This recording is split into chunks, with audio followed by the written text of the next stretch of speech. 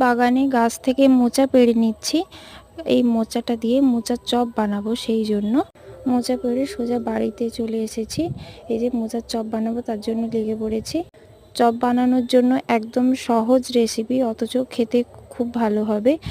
তার জন্য মোচাটাকে লবণ আর হলুদ দিয়ে সেদ্ধ করে নিলাম প্রথমে।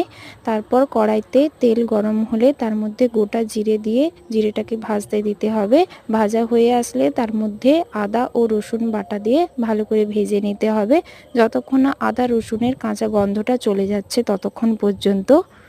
এরপর ওর মধ্যে কেটে রাখা পেঁয়াজ আর লঙ্কা কুচি দিয়ে ভালো করে পেঁয়াজটাকে লাল করে ভেজে নিতে হবে। পেঁয়াজটা লাল হয়ে ভাজা হয়ে এলে তার মধ্যে লবণ আর জিরে গুঁড়ো লঙ্কা গুঁড়ো দিয়ে মশলাটা কষিয়ে নিয়ে, মশলাটা কষানো হয়ে গেলে তার মধ্যে আগে থেকে সেদ্ধ করে রাখা মোচাটা দিয়ে ভালো করে আবারও কষিয়ে নিতে হবে মশলার সাথে। মোচাটাকে মশলার সাথে ভালো করে কষানো হয়ে গেলে তার মধ্যে সিদ্ধ করে রাখা আলু, লবণ ও ভাজা বাদাম দিয়ে ভালো করে মিশিয়ে নিতে হবে।